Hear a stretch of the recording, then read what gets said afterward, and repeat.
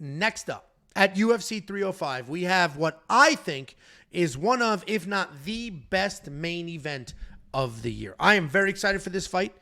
We have a plot line that has been developing for over 2 full years. I was there live in person when Dricus beat Robert Whittaker and Izzy got in the cage and was just yelling obscenities in his face. The tension is insane. The arguments are crazy. We have one of the greatest middleweights of all time in Israel Adesanya trying to be, this might not be an actual fact, trying to be the first person to ever lose their belt twice and then win it back twice.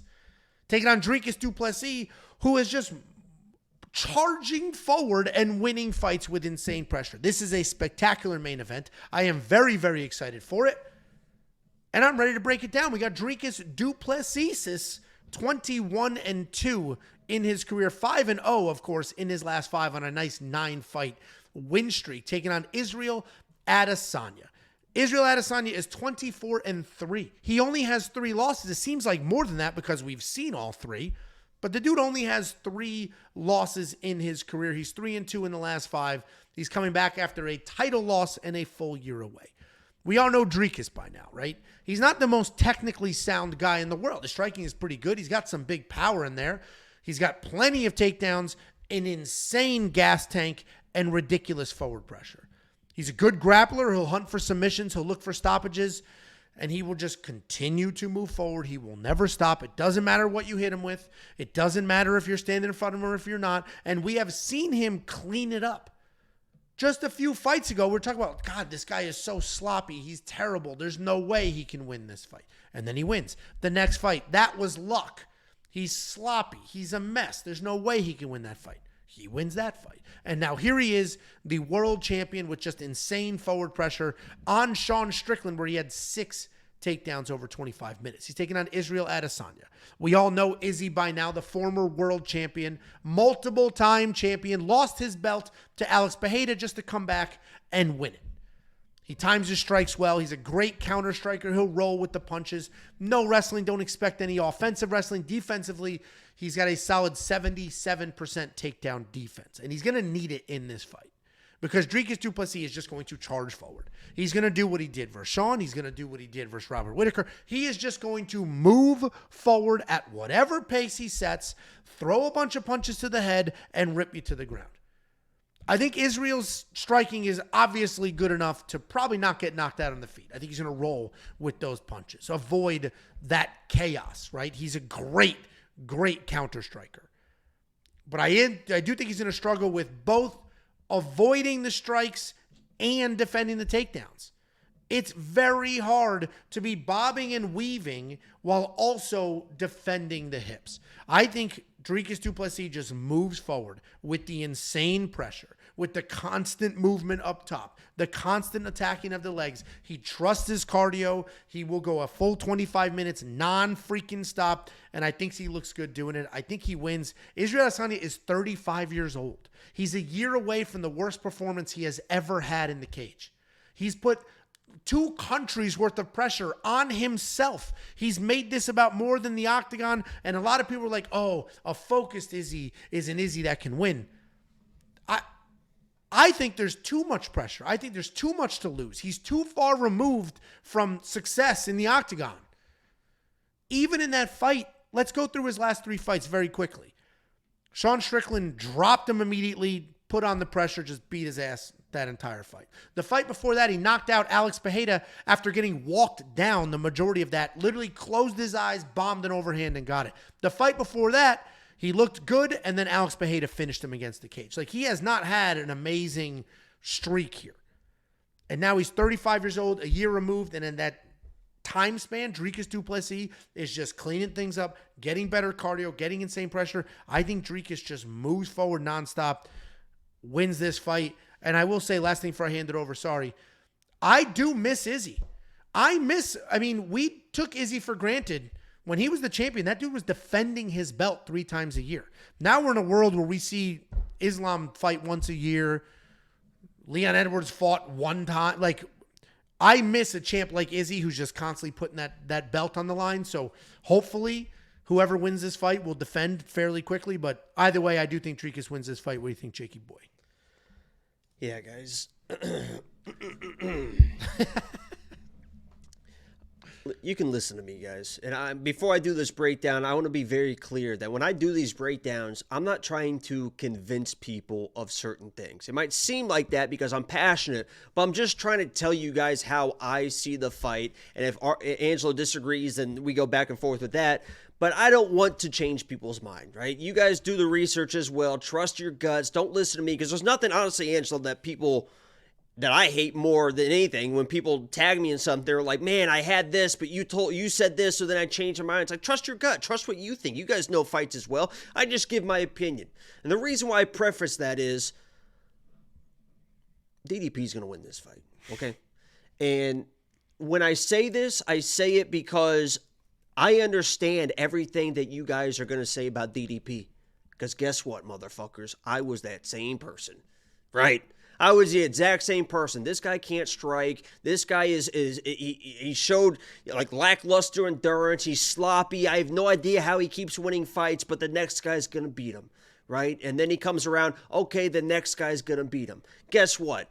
Apparently, you just can't fucking beat this guy. And who's the last person I said that about? I said Bilal Muhammad. I fucking hated Bilal Muhammad. I fucking hated DDP. I said they were both bums that shouldn't even be in the UFC. And then Bilal all of a sudden just started winning. And then you realize, oh my God, this guy's actually pretty good. And I put my bias aside and I sat here and I tried to tell you guys that when you pressure these point fighters, these fighters that want to just back up, back against the fence, and they want to counter strike, when you pressure these guys, they turn into just normal, average dudes. I said the same thing about Bilal, about Leon. He's just going to get inside this guy. Leon fights how he's going to fight, and he's going to lose that fight. That's exactly what ended up happening. Now, Izzy is a point fighter, just like Leon. He wants to do the same things. The difference is, Izzy probably has a little bit more heart than a guy like Leon. He's got a little bit better footwork. He's not going to let you hold you as much, but it's the same concept. You get in their face. You stay in their face. Sean Strickland stayed in his face. Izzy didn't know what the fuck to do. 2 times that Alex Pereira fought him, he bullied him, right? He got knocked out in the second fight, but Izzy does not like the pressure. Even Robert Whittaker in that fight, that last time he fought Robert Whittaker was pressuring him, mixing to takedowns. I actually thought Robert Whittaker won that fight. People are going to say that Izzy Sean Strickland fight, that wasn't Izzy. Right, he was on his way out, but he was a little bit lackluster. He wasn't himself. Now he's back, man. Now he's fired up. He's coming for heads. I don't care about belts. I'm coming for heads. Guess what? I think that was just Izzy. I think that was Izzy. He's been in some wars. He's a little bit older now, right? Maybe injuries are keeping up. He talked in the embedded in the UFC countdown. I could feel like I'm 35 now. Recovery is a little bit different. I just think he's slowing down a little bit. And when you get in front of his face, he doesn't have the same speed in the pocket that he did to keep people away from him or hurt them in those situations. This dude Dricus is not going to fucking stop. He's shown that in the Sean Strickland fight. He cleaned up his nostrils, whatever it was. He is not going to fucking stop. And the fact that he came in and said, guess what? I do want to fight in Australia in front of Izzy's, quote-unquote home crowd and show you that I'm the better fighter. The last thing I want to mention is very important. Más importante. I think that DDP is coached by a fucking really high-level coach.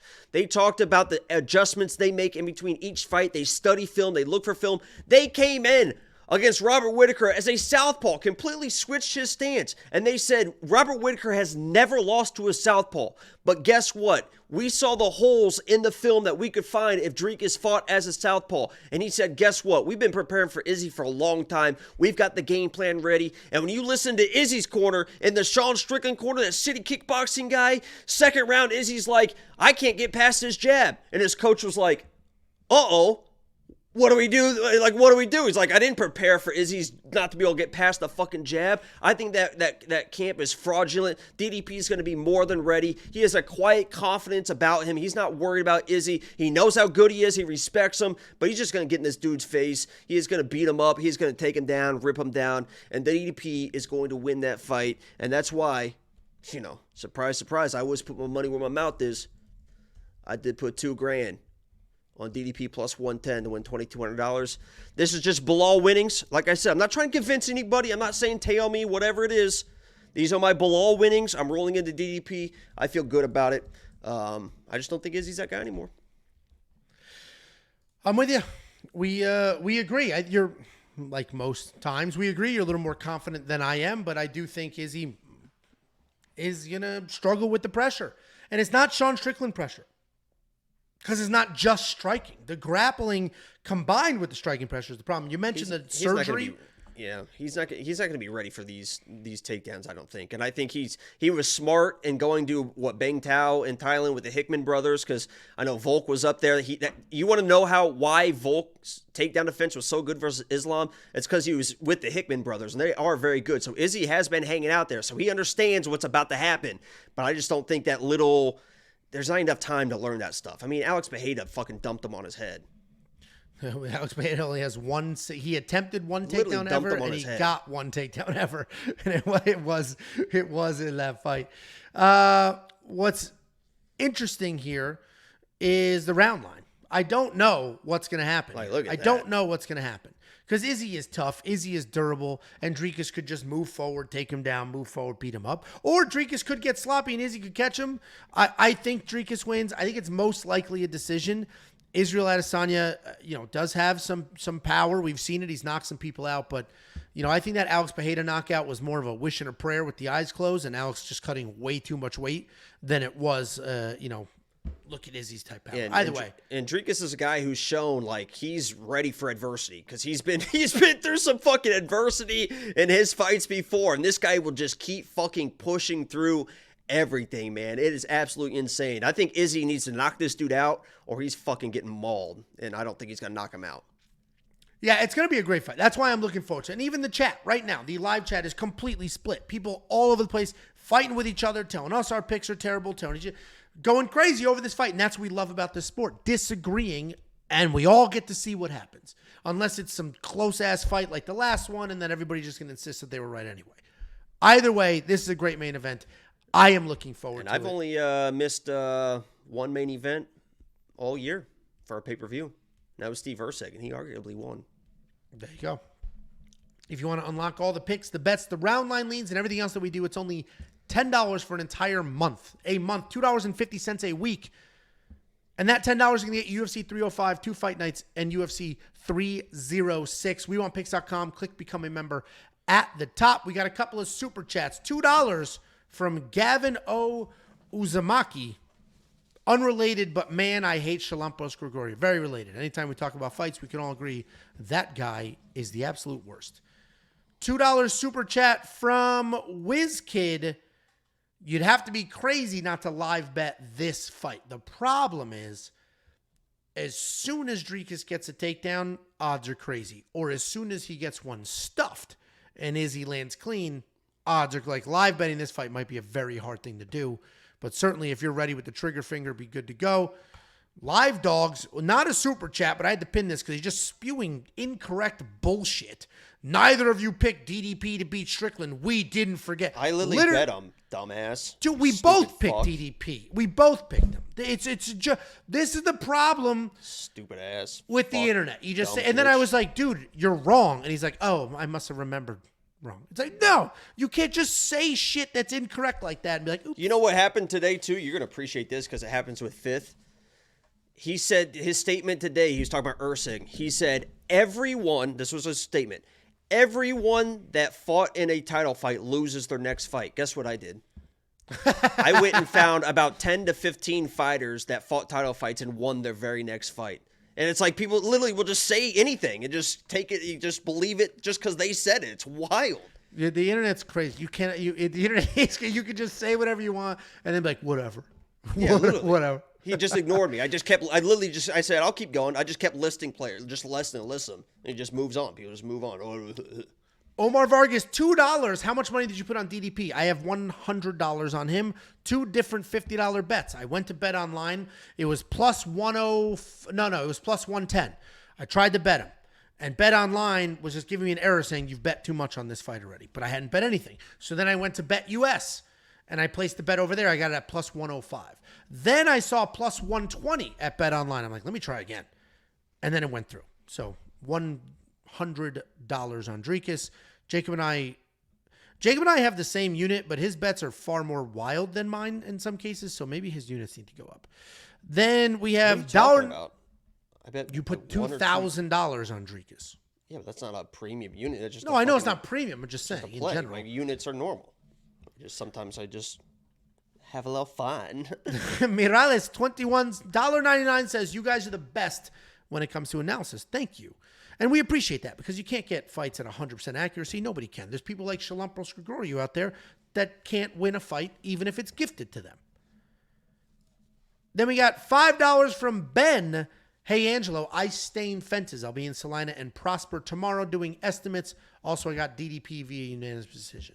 You can shoot me a DM and reach out. We're not going to do that tomorrow. A lot going on tomorrow. Busy day. But if you want to shoot me a DM and reach out. Arturo did some stuff. We threw him on a vlog. So you can certainly shoot a DM and we can chat. How about guys? And actually, what's your business? Say your business. We'll shout your business out. How about do stuff for me? Happy to shout your business out, by the way. And if Jacob... Who owns a car dealership and wants to give me a car? Something like that. Come on, people. Let's be $1.99 from Genuine. We appreciate you. We appreciate all of you. We flexed up to over 800 people live. And for a Monday stream that we didn't really advertise, that's impressive. We appreciate every last one of you. And to show our appreciation, we're going to give you $50. Just go to probably tomorrow. WantPicks.com/bets. Do you know what flag that is? That's what's her name, Slag? Yeah. Whoa! Spoilers. I said what country? That's Scotland. Okay. WeWantPicks.com/bets. Use the affiliate link. Sign up. Make a deposit. We'll send you $50 as a thank you. You can use that money to become a premium member. Greatest offering on the planet. You're going to get the Data Analyzer, which is a phenomenal research tool that has interactive data charting, stackable filters, a full tape index. That's what I'm talking about. And events out to the future. We got the Prop Hunter, curated set of data specifically designed to help you find your prop bets. We have the line movement tracker, opening odds, current odds, win probability, and line movement for every fighter on every card. We have the DraftKings Optimizer preloaded with the best DraftKings projections in the game. And the safety parlay, which yes, last week in devastating fashion did not pull through. But if you just look at the numbers, you'll see that it hit at 7 of the last 10. That's 70%. If you go lifetime, which is 2 years, 72% event win rate. WeWantPicks.com. Click Become a Member. It's only $10 for an entire month. The greatest value in this space. Let's do well this weekend. Jacob, any last words for the people before we shut this down? Lock of the week video prior to tomorrow. And if you guys enjoy these streams and you enjoy my live streams, probably Contender Series stream tomorrow night. It's quick, easy, 2 hours. We have a lot of fun. I don't research shit, and you guys tell me what to bet, and I'll bet my own money on whatever you tell me, and then we argue, and I get mad at you, and then we make up, and we share DMs of each other's feet. All right. See you there.